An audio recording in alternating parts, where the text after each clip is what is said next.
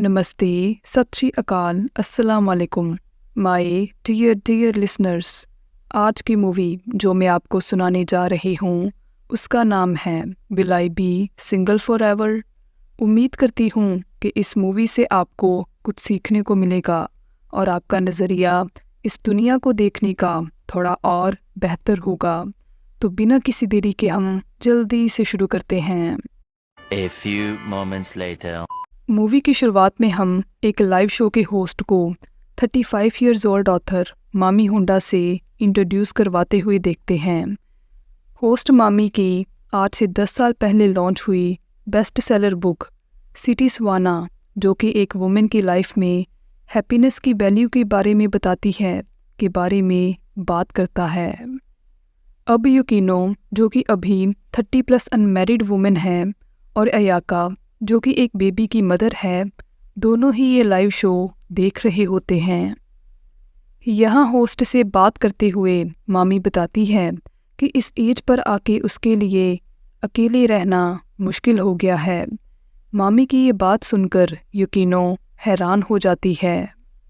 Host मामी को कहता है कि वो जो कुछ भी कह रही है वो उसकी बुक सिटी सवाना, जो उसने 26 साल की उम्र में लिखी थी, से मैच नहीं कर रहा। मामी कहती है क्योंकि ऐसा ही है, उसे लाइफ की इस स्टेज पर आकर जब वो 35 की हो गई है, अकेले मरने से डर नहीं लगता, पर उसे सारी ज़िंदगी अकेले गुजारने में डर लगता है। ये सब सुनकर यकीनो कहती है कि मामी ये सब क्या बोल रही है। अब गुस्से में वो मामी के सोशल मीडिया हैंडल पर सार्केस्टिक कमेंट पोस्ट कर देती है। अब अयाका का हस्बैंड उसे कहता है कि वो बेबी को सुला नहीं पा रहा।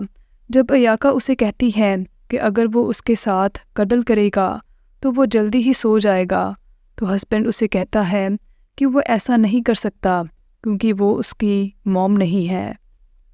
इतना कहकर वो अपना ऑफिस वर्क करने लग जाता है। फिर जब वो बेबी के रोने की आवाज़ सुनता है तो अयाका को उसे चुप कराने को कहता है।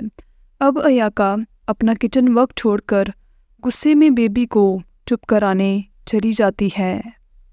नेक्स्ट सीन में जब मामी लाइव शो की क्रू के साथ डिनर कर रही होती है तो वो अपनी कॉलेज सीनियर राई से मिलती है, जो मामी को कहती है कि वो शॉक हो गई ये सुनकर कि मामी को अकेले रहने से डर लगता है। फिर वो मामी से पूछती है कि उसने सुना है कि मामी ने एक अपार्टमेंट खरीदा है। यह मामी उसे बताती है कि वो एक ओल्ड अपार्टमेंट है। अब राई मामी से पूछती है कि क्या उसका कोई बॉयफ्रेंड है, तो मामी कहती है कि वो किसी को डेट कर रही है। यह जब राई उससे कहती है कि क्या उसने अपने बॉयफ्रेंड के साथ शादी करने का सोचा है, तो मामी उसे बताती है कि उसका बॉयफ्रेंड उससे उम्र में 5 साल छोटा है, तो इसलिए शायद ये पॉसिबल ना हो पाए। अब राई मामी को कहती है पर उसे तो अकेले रहने से डर लगता है। शायद ये बात सही है कि जो वुमेन अकेले कोई अपार्टमेंट खरीद लेती है वो सारी ज़िंदगी ही अकेले रहती है। यहाँ मामी राई की ये बात सुनकर उदास हो जाती है। नेक्स्ट सीन में मामी की मॉम उसे कॉल करती है और उसे बर्थडे विश करते हुए बताती है कि आज वो 36 इयर्स की हो गई है। फिर वो मामी को कहती है कि उसने कल लाइव शो देखा था और उसे ये सुनकर अच्छा लगा कि वो शादी करना चाहती है। अब वो मामी को पूछती है कि क्या उसने कोई लड़का देख रखा है। इतना सुनते ही मामी अपनी मॉम को कहती है कि उसने कुछ काम करना है और फिर वो कॉल कट कर देती है। अब मामी अपना लैपटॉप ओपन करते हुए लिखती है कि वो खुद के लिए बैग्स, क्लॉथ्स, शूज़ सब कुछ खरीद सकती है, पर फिर भी उसे अकेला रहना इतना दुखी क्यों करता है। नेक्स्ट मॉर्निंग जब अलार्म सुनकर यकीनो उठती है तो हम वहाँ पर सिटी सवाना की बुक देखते हैं। फिर यकीनो और मामा मॉर्निंग रूटीन के बाद ऑनलाइन कमेंट रीड करके अपने काम पर निकल जाते हैं। फिर हम अयाका को देखते हैं, जिसका इंस्टाग्राम हैंडल बेबी से रिलेटेड होने के कारण काफ़ी पॉपुलर होता है। अब वहाँ पर अयाका का हस्बैंड आता है और उसे बेबी का डायपर चेंज करने को कहते हुए बताता है कि वो बेबी को लेकर पार्क में जा रहा है ताजो अयाका हाउसवर्क कर सके। यहाँ अयाका कहती है कि बेबी के साथ खेलने को बेबी सिटिंग नहीं कहते और फिर वो बेबी का डायपर चेंज करने चली जाती है। अब मामी पब्लिशर ऑफिस जाती है और पब्लिशर शिन से मिलती है। यहाँ शिन उसे बताता है कि उसका लाइव शो उसने देखा था जो अभी ट्रेंडिंग पर है। अब मामी उसे मेन ऑनलाइन कमेंट दिखाती है तो शिन उसे कहता है कि वो इनकी टेंशन ना ले क्योंकि 10 साल के बाद इंसान का लाइफ को देखने का नज़रिया चेंज हो ही जाता है। यहाँ मामी शिन की वेडिंग रिंग देखकर जब उसे कंग्रेचुलेट करती है तो शिन उसे बताता है कि मैरिज करने से उसे एक ऐसा लाइफ पार्टनर मिल गया जिसके कारण उसकी लाइफ और भी बेटर हो गई।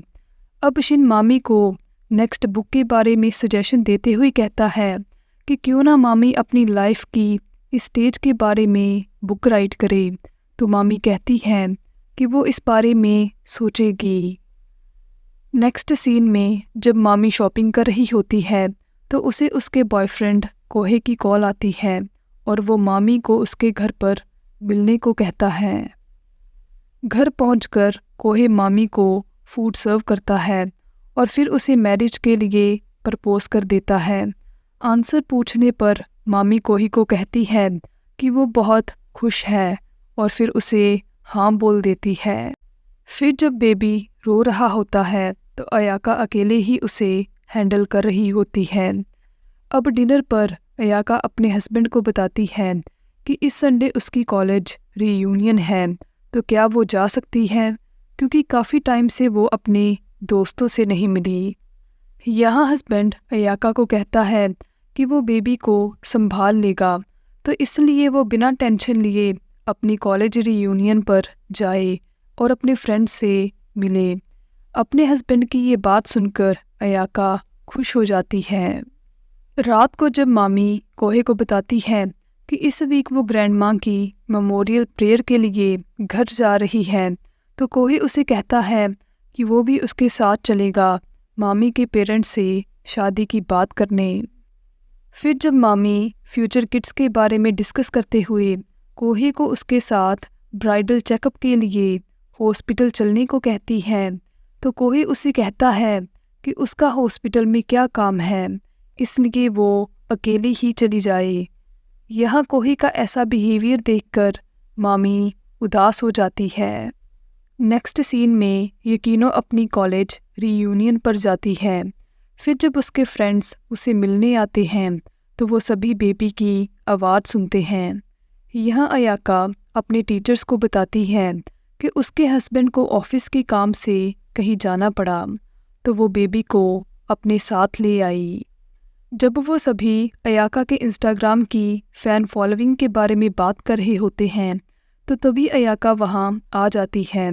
अब वो अयाका के इंस्टाग्राम हैंडल की प्रेस करते हैं तो अयाका यकीनो से कहती है कि उसने फेसबुक पर उसके बॉयफ्रेंड के साथ फ़ोटो देखी थी। यहाँ यकीनो उसे बताती है कि इस साल की स्टार्टिंग में ही उन दोनों ने ब्रेकअप कर लिया। फिर जब एक लेडी उन्हें बताती है कि पब्लिक सर्विसेज अनमैरिड और चाइल्डलेस पीपल को बुढ़ापे में सपोर्ट नहीं करेंगी तो यकीनो सभी को कहती है कि जब वो ओल्ड हो जाएंगे तो क्यों ना वो सब एक साथ ही रहें क्योंकि अकेले मरना बहुत स्केरी है, इसलिए उन सभी को एक दूसरे की हेल्प करनी चाहिए। फिर जब यकीनो मामी का एंगेजमेंट न्यूज़ आर्टिकल देखती है तो वो एक सार्कास्टिक कमेंट उसके सोशल मीडिया हैंडल पर पोस्ट कर देती है कि तभी उसे उसका एक्स बॉयफ्रेंड रायतारो मिलने आता है। अब वो एक रेस्टोरेंट में बैठकर जब अपने प्रोफेशन के बारे में डिस्कस कर रहे होते हैं तो तभी रायतारो यकीनो के पिकी ईटर होने का मजाक उड़ाते हुए कहता है कि उसे उसकी ये आदत बहुत वियर्ड लगती है। यहाँ यकीनो अपने पास्ट को याद करते हुए कहती है कि हर एक वर्ड जो इस इंसान के मुंह से निकलता है वो बहुत ही नेगेटिव जहर के जैसे होता है। नेक्स्ट सीन में कोहे मामी के घर आता है और मामी के पेरेंट्स से मिलता है। यह मामी के डैड कोहे को जब पूछते हैं कि वेडिंग कब की है, तो कोहे उन्हें बताता है कि वो इस ईयर के लास्ट में मामी से शादी करने के बारे में सोच रहा है, जिसे सुनकर मामी के पेरेंट्स खुश हो जाते हैं। और फिर मामी का डैड कोहे को कहता है कि मामी की एज के अकॉर्डिंग शादी जितनी जल्दी होगी वो उतनी ही जल्दी पेरेंट्स बन पाएंगे। कुछ टाइम के बाद मामी का डैड कोहे को कहता है कि आज उसके सर से बहुत बड़ा बोझ उतर गया, जिसके लिए वो कोहे का शुक्रगुजार है। फिर जब एक रिलेटिव कोहे को पूछता है कि उसे मामी क्यों अच्छी लगती है, तो वो कहता है कि मामी उसे क्यूट, ब्यूटीफुल, ऑनेस्ट और हमेशा मुस्कुराते रहने के कारण पसंद है। फिर मामी की मॉम उससे पूछती है कि उसने क्यों कोहे से शादी करने के लिए हाँ बोली, तो मामी कहती है क्योंकि कोहे एक काइंड, दयालु इंसान है, जिसे सुनकर सभी खुश हो जाते हैं। नेक्स्ट सीन में मामी की मॉम उसे कहती है कि शादी के लिए उसे खुद को पुश नहीं करना चाहिए, तो मामी अपनी मॉम को कहती है कि पहले तो वो उसे शादी करने के लिए कहते थे, अब जब उसने किसी को ढूंढ लिया है तो वो ऐसे क्यों बात कर रही है। यह मामी की मॉम उसे पूछती है कि क्या वो सच में कोहे को दिल से पसंद करती है। जब मामी कुछ नहीं कहती तो मामी की मॉम उसे बताती है कि बेशक मामी शादी अपने अकेलेपन को दूर करने के लिए कर रही है, पर वो जान ले कि शादी के बाद भी उसे अकेले ही रहना होगा। अब ये सब सुनकर मामी सरप्राइज हो जाती है। फिर मामी का डैड किचन में आकर मामी की मॉम से एक गिलास पानी मांगता है। मामी की मॉम उसे पानी देती है, जिसे पीने के बाद वो मामी को कहता है कि वो आज उसके लिए बहुत खुश है। और फिर वो मामी की मॉम को रूम में आने का कहकर वहाँ से चला जाता है।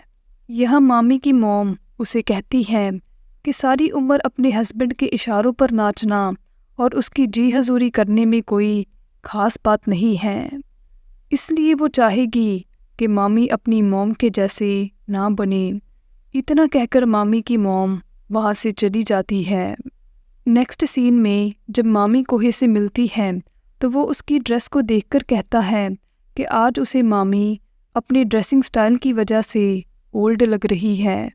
अब मामी कोहे के पेरेंट्स से मिलती है तो यहाँ कोहे की मॉम उनके फ्यूचर ग्रैंड किड्स के बारे में बात करते हुए मामी को कहती है कि क्या शादी के बाद मामी किड्स और कोहे के लिए अपनी जॉब छोड़ सकती है।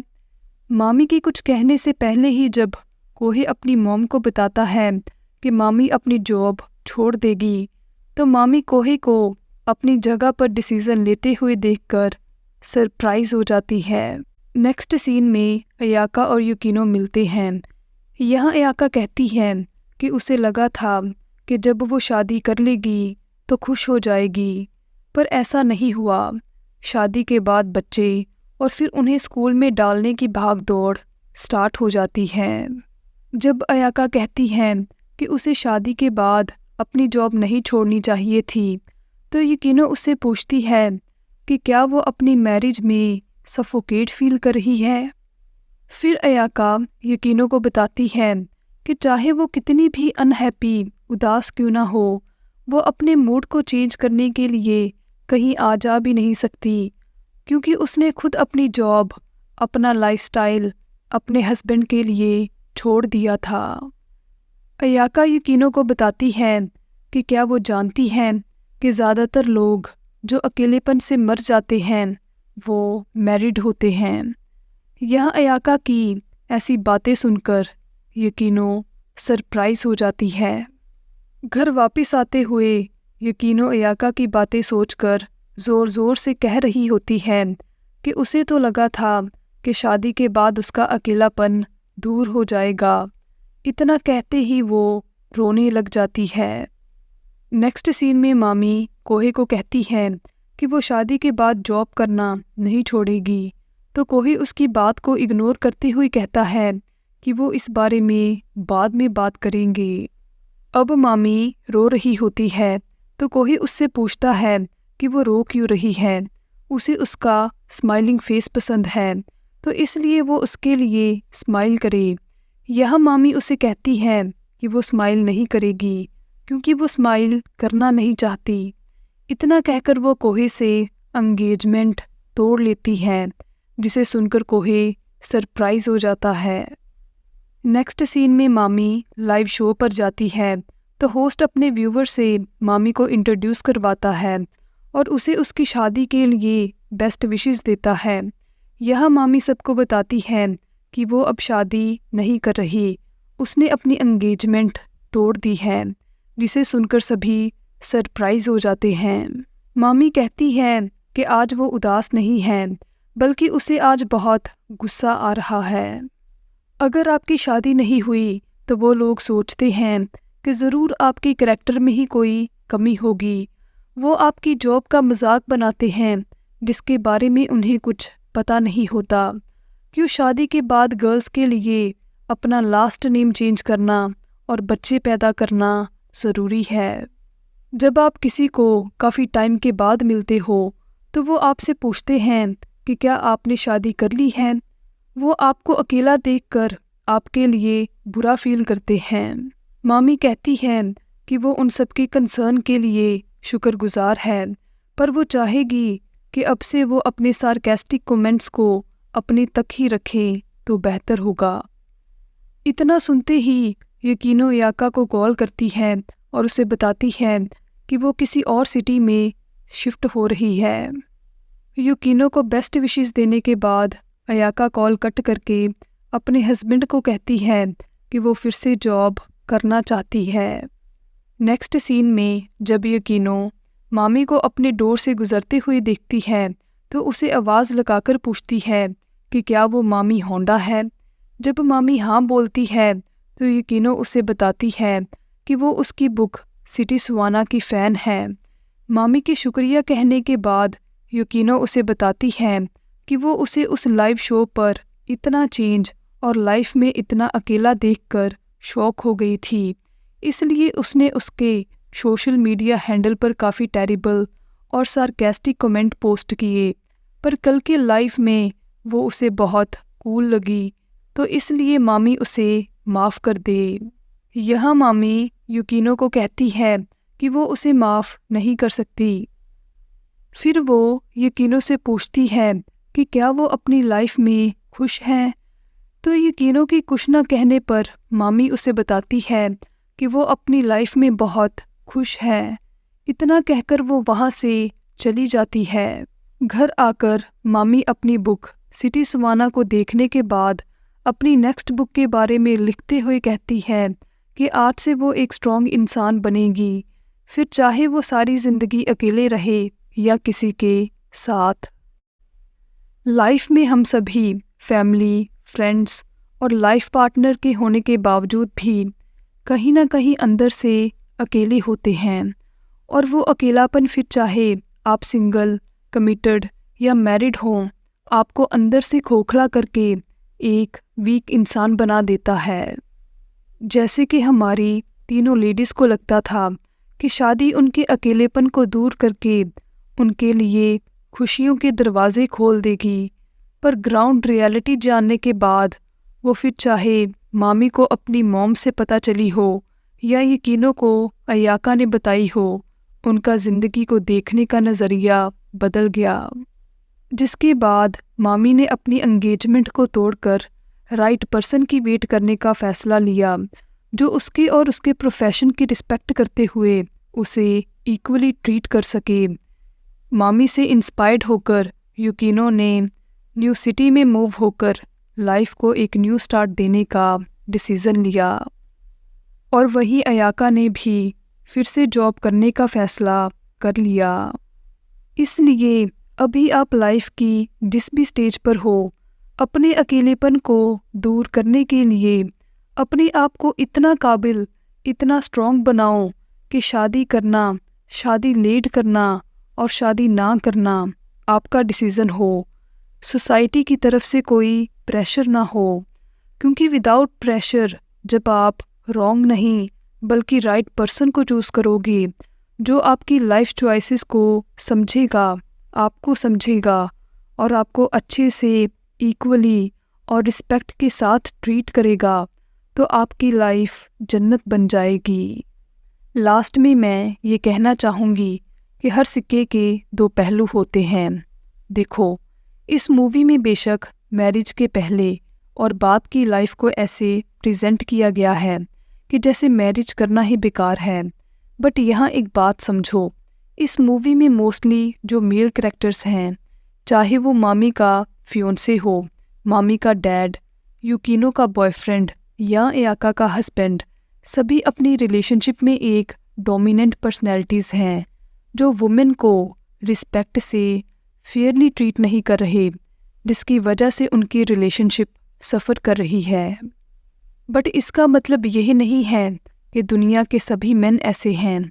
यहाँ पर वो रियल मेन भी हैं जिनकी अपनी गर्लफ्रेंड, अपनी फियोंसे, अपनी वाइफ से बहुत अच्छी अंडरस्टैंडिंग, बहुत अच्छी बॉन्डिंग है। वो उन्हें बहुत अच्छे से समझते हैं और उनकी लाइफ चॉइसेस की रिस्पेक्ट करते हुए उन्हें रिलेशनशिप में बहुत प्यार से और इक्वली ट्रीट करते हैं। सो choose the right one baby girls, choose the right one.